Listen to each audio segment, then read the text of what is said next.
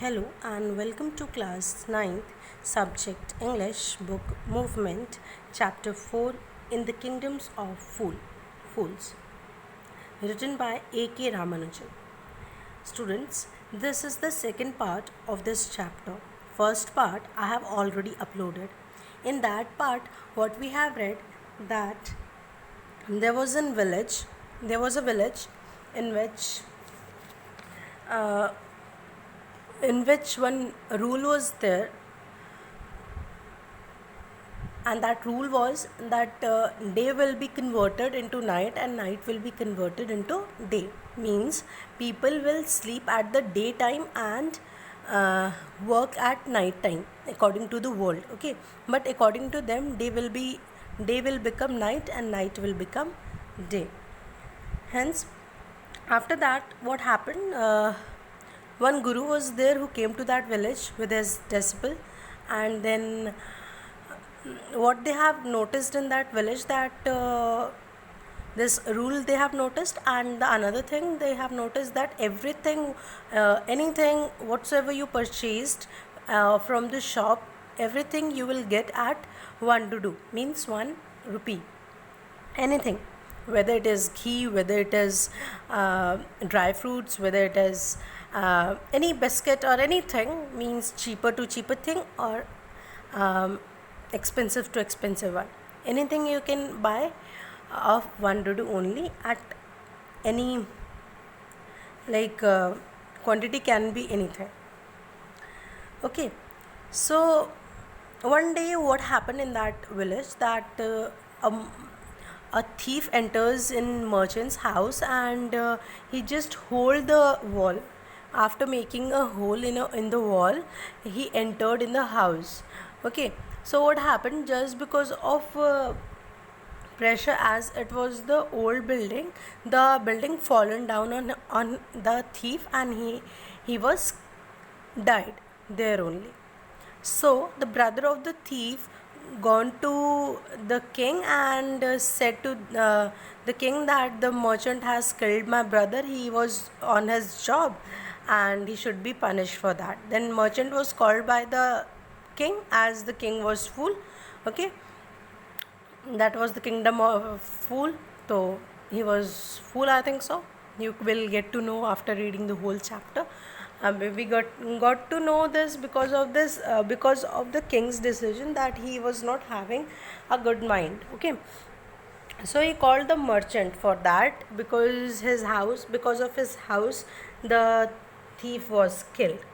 Okay, so when the thief gone there, then he blamed to the person who has built that wall. Okay, so now as that house was very old, so the person who has built that wall has become very old.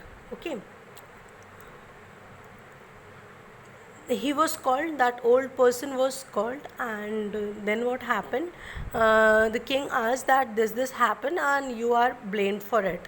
You have killed that thief, you have killed that burglar, because you have not built that wall very strongly or very nicely. So then the person who has built that wall, he said that my lord, it was not his mistake, because on that day one dancer was there who was wearing an anklet, who was jingling a lot. Okay, he was making a lot of noise, and my concentration was just breaking out because of that jingling sound, and she was coming up and down on that street, so I was watching her. So because king was agree with him, and then he said that call that dancer. Now that dancer also had become a very old lady. Then she came there. Till this, students, we have read in that part of this chapter, in the first part of the chapter. Okay, after that we'll going to start the chapter. The king's beliefs searched for the goldsmith. Okay, students, then the dancer blamed to a goldsmith. Okay. He said that goldsmith, I have given some jewelries to the goldsmith. The dancer said that I have given some jewelries to the goldsmith and he was making me up and down. I was not going with my own will. The goldsmith was giving me time now and then that you come at this time and that time and take your jewels. Okay, and just because of the goldsmith, I was going up and down. So, what the king decision was to catch that goldsmith. Okay, so who was hiding in a corner of his shop when he heard the accusation against him? He had his own story to tell. My lord, he said, I am a poor goldsmith. It's true, I made this dancer come many times to my door. I gave her excuses because I couldn't finish making her jewelry before I finished the rich merchant's order.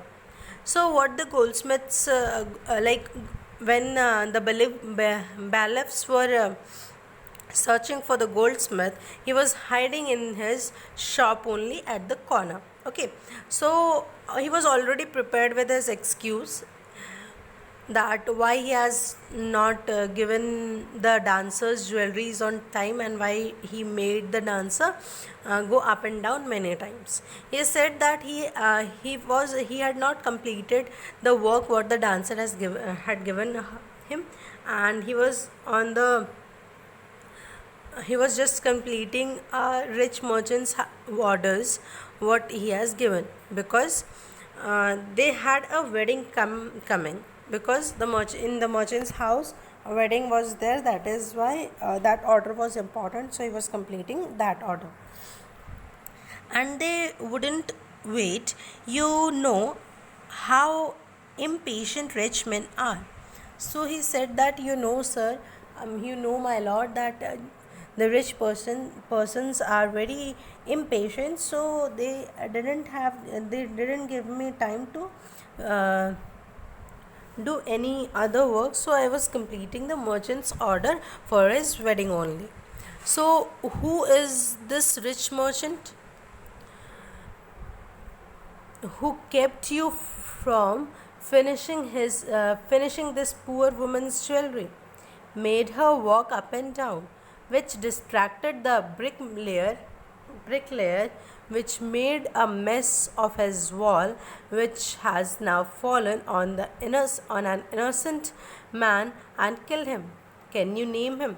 So, what was the problem, students? That the king is asking from the goldsmith that, okay, you are right.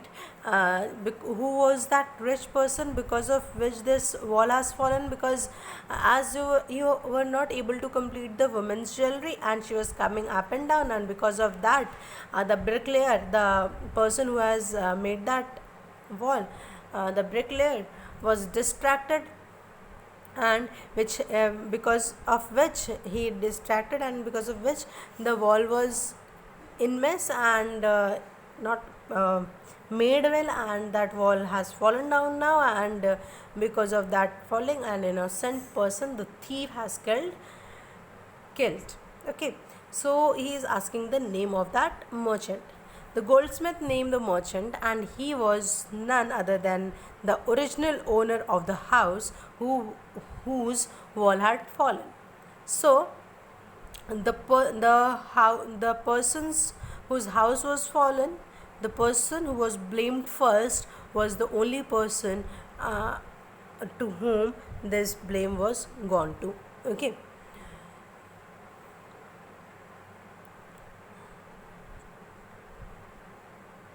Now justice had came full circle, thought the king, back to the merchant. When he was rudely summoned back to the court, he arrived crying, "It wasn't me, but my father who ordered the jewelry. He is dead. I am innocent." So, what the merchant has said, that I have not ordered the jewelry, my lord. It was my father who had ordered that jewelry, and because of his order, all this happened. I am just innocent. This was said by the merchant. But the king consulted his minister and ruled decisively.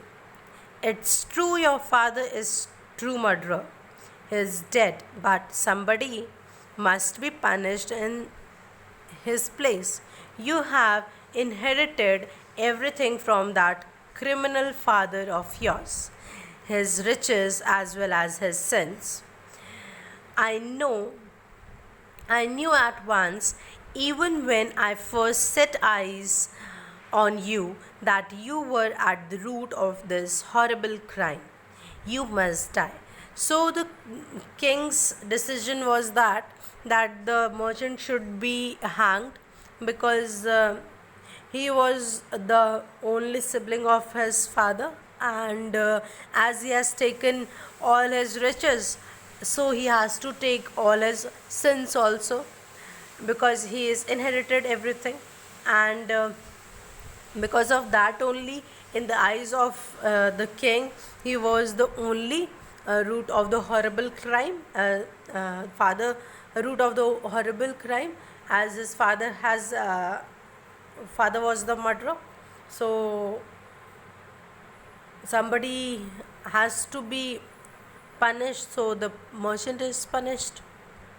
And he ordered a new stake to be made ready for the execution. Stake is a type of instrument, you can say, or it is a type of wooden part in which this neck is to be put in that. You must have seen in movies, students. This neck is put in that, and we used to cut the neck in that only. Not we used to, but whomsoever it is done, okay, done by. And then he ordered a new stake to made ready for the execution. As the servants sharpened the stake and got it ready for the final impaling of the criminal, it occurred to the minister that the rich merchant was somehow too thin to be properly executed on the stake. He appealed to a king's common sense. The king, too worried about it. Then what happened, students? See the presence of mind of the king of this story of that village. That merchant was a thin man, and after shaping that stake, the part where the person should be putted, that part was large, big, in which he was not able to fit because he was very thin. The merchant was very thin. So the king was very worried that what he will do, because he has to give punishment to anyone, okay, because it was announced in the kingdom that the culprit was caught. So he was in tension that to whom we will put it in. So what shall we do, he said. After his worry, he asked from his members of his courtyard that what they should do. So he when suddenly it struck him that all they needed to do was to find a man fat enough to fit in the stake. So what the mantri, you can say, what the decision of the mantris were, that that they have to search for a person who is enough fat to fit in that stake, okay, a fat person whose neck is able to fit in that stake. So they were in search of such type of person. The servants were immediately sent all over the town looking for a man who fit the stake, and their eyes fell on the disciple who had fattened himself for months on bananas and rice and wheat and ghee. So students, what happened at the end?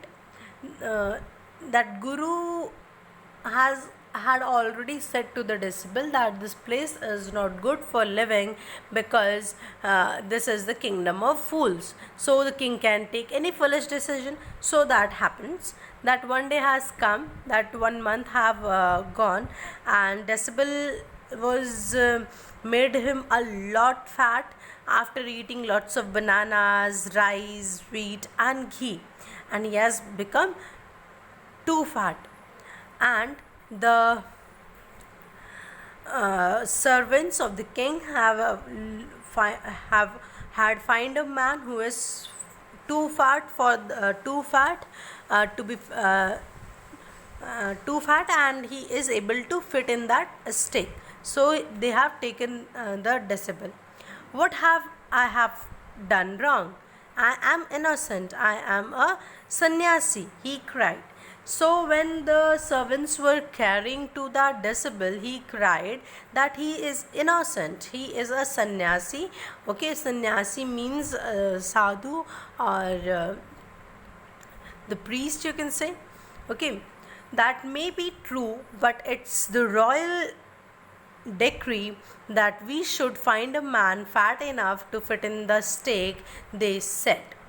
So the servants explained that we know that the disciple means this person, and the fat one is innocent, but it is the order of the king, so they have to take to this disciple to the king, because he is the only person who will fit in that stake, they said. And carried him to the place of execution, and they have taken the disciple to the place where this event is going to happen. He remembered his wise guru's words that this is a city of fools, you don't know what they will do next. While he was waiting for death, he prayed to his guru in his heart, asking him to hear his cry wherever he was. Then what happened? That after reaching to that execution place, he remembered all the words of his guru, that what he has said, that this was the kingdom of fools and they can take any cruel decision any time, so that place is not good for them. So then what happened? He prayed to his guru by his heart and asked for the solution to save him. And wherever he was, the guru saw everything in his vision. As you all know, students, they are having some, I don't know, I didn't believe, but as we have heard that gurus who are having lots of good meditation power, so they are having the vision to see, or they are having the third eye. Okay, so he has seen in his vision that he had magic powers. He could see far, and he could see the future as he could see the present and the past. So what is that? The guru was having a magical power of seeing the future, past and present too. Okay, so he can see. After watching the whole incident, what happened? He arrived at the play at once to save his disciple, who had got himself into such a scrap through love of food. Okay, so the guru was, as he was the guru, so he was there to save the disciple, and disciple was just there because of his greediness of food, love of food, not greediness we can say, but love of food. Okay, who was just scrapped in that situation.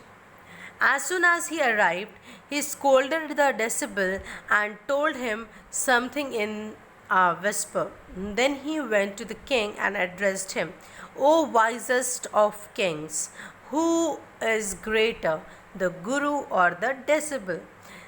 First, when the Guru gone to that execution place, then he said, he scolded first to his disciple, and then he addressed him to the king, and he asked from the king that, wisest king, just tell me who is greater, the disciple or the Guru? Then he replied that, of course, the Guru, no doubt about it. Why do you ask? The king asked again. Back question was there. Why do you ask that? Who is greater? Then, put me to the stake first. Put my disciple to death after me. Then the Guru said, okay, if I am greater, then put me to the stake, not the disciple. After me, you may make him kill. Okay, because he was greater than his disciple. When the disciple heard this, he understood and began to clamor, me first, you brought me here first, put me to death first, not him. So after when he heard that Guru is saying this, that put me first, then he used his brain, and he also started this thing that no, put me first in the stake, because I was there first, and it's thing that I should be killed first, not my Guru, because he was the first person before his Guru. The Guru and the disciple now got into a fight about who should go first. Who should go first? So there was a discussion, a hard discussion, that who should go first on the stake. The king was puzzled by this behavior. He asked the Guru, "Why do you want to die? We choose him because we needed a fat man for the stake." So the king was totally puzzled. He was totally confused that to whom he should be put on the stake, because the disciple and the Guru were fighting with each other. They were having a hard discussion, a scramble among themselves, that who should be put on the stake. So the king asked to the Guru that why he want to be killed, as they were needed a fat person for the stake. "You shouldn't ask me such questions. Put me to death first," replied the Guru. "Why? There's some mystery here. As a wise man, you must make me understand." So what happened? That the king asked to the Guru that why you want to be killed or punished. So he replied that is Guru replied that is none of your business. You just put me to the stake. I just want to be killed first. Then the king said that some mystery is there. That is why you are saying this. Just being a wise man, you just tell me the reason why you want to be killed first. "Well, you promise to put me to death if I tell you," asked the Guru. The king gave him his solemn word. The Guru took him aside out of the servant's earshot and whispered to him, "Do you know why we want to die right now? The two of us, we have been all over the world, but we have never found a city like this or the king like you. That stake is the stake of the God of justice. It's new. It has never had a criminal on it. Whoever dies on it first will be reborn as the king of this country, and whoever goes next will be the future minister of this country. We are sick of our ascetic life. It would be nice to enjoy ourselves as king and minister for a while. Now keep your word, my lord, and put us to death. Me first, remember. So, students, in this paragraph, we got to know that the king asked from the disciple that please tell us what is the reason why you want to be killed and put on the stake first. Then he replied, the guru replied, taking him to the corner, that you will not tell this thing to anyone what he is going to say. And he take him to the corner and whispered in his ears, that away from the servants' ears, okay, that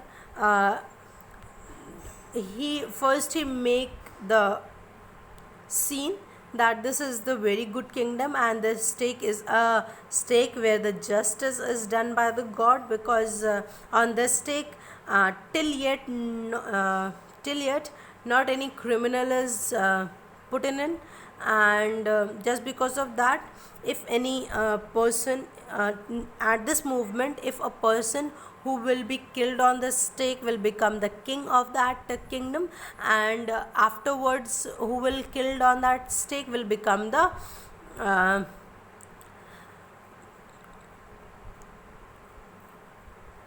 minister. After that, who will king will become the minister of that country. So he want to kill first, and then he said that king, you have to keep your words and kill us on the stake first.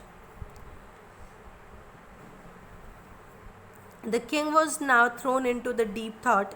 He didn't want to lose the kingdom to someone else in the next round of life. He needed time, so he ordered the execution postponed to the next day and talked in secret with his ministers. It's not right for us to give over the kingdom to others in the next life. Let's go on the stake ourselves, and we will be reborn as king and minister again. Holy men do not tell lies, he said, and the minister agreed. Then what happened? After listening the thought of the guru, the king, the foolish king, decided that the execution what was going to be done was postponed, and he talked to his talked in secret to his ministers that he should not give his kingdom to anybody else hands after his death, in his new life, okay. So he thought that in new life also, in the next life also, he should be the only king. So he decided to be put ourselves to the reborn as king and the minister again, okay. So he thought this, he make his decision this because he was having a belief that holy men never say lies. So the minister was also agreed by the king's decision that yes, this is true that holy men never lies, and the king will killed first, and then afterwards the minister will killed. So he told the executioners, we will send the criminals tonight. When the first man comes to you, put him to death first. Then do the same to the second man. Those are my orders. Don't make any mistake. So the person who is going to be kill him, like in Hindi students, a person, what I know that he is the person Jallad we say in Hindi, I think. So he just put his knife on the neck, hard knife, okay, to kill.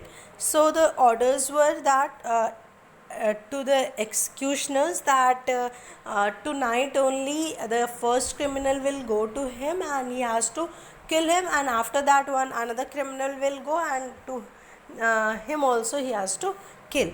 So this orders should be followed strictly. This was told to the executioners by the king. That night, the king and his minister went secretly to the prison, released the Guru and the disciple, distinguished themselves as the two, and as arranged beforehand with loyal servants, were taken to the stake and promptly executed. Then what the king has done, that they have made themselves like the guru and the disciple. Disciple was the minister. Okay, they have just dressed themselves like that, and they have gone to the execution place, and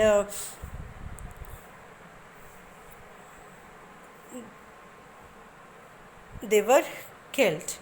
When the bodies were taken down to be thrown to crows and the vultures, the people panicked.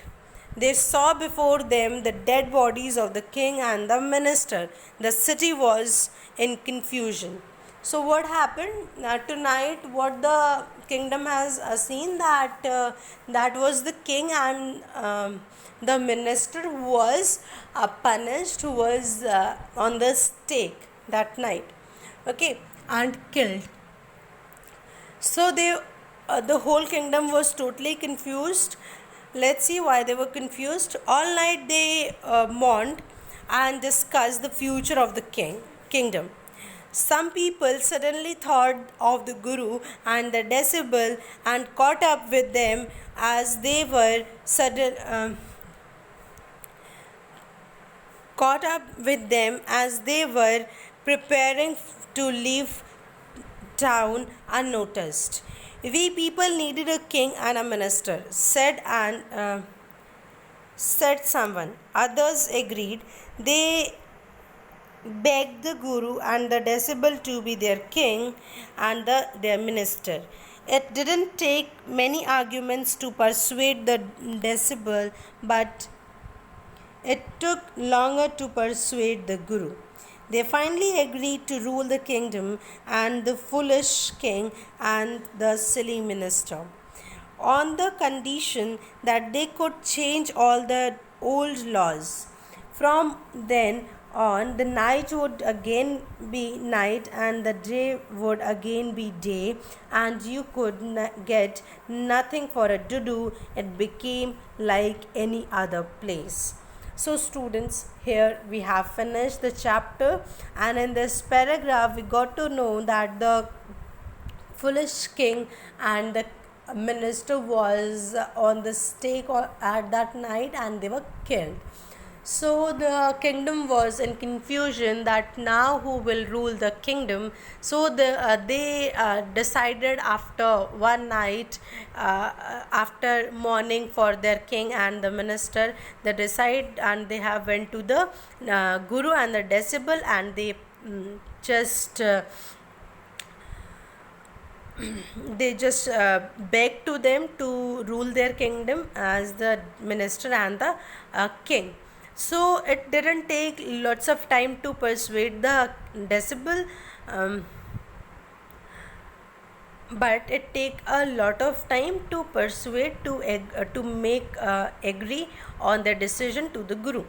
They finally agreed to rule the kingdom of the foolish, and at last they were agree. The guru and the disciple were agreed to rule the king on one condition, that they will change all the rules and regulations of that uh, uh, town whatsoever they were following yet. Okay, so the village people, the town people were also agree by this, and they were starting ruling on that, and everything, the day were again became the day and nights were again nights, and they have also changed the currency policies, that nothing will be like everything you will not get on one currency, one note only. means that in only for a dudu you will not get everything, so everything will have a different charge. Okay, so every person of the kingdom was agree by this decision, and from that time the guru and the decibel were the kings of that place, and it has become like any other place. I hope students you have understood the chapter. If you are having any doubt, you can go to the comment box for your confusion and ask your doubts. Here some questions are there which you have to do in your copy properly. If any doubt is there, you can ask. Thank you and have a nice day.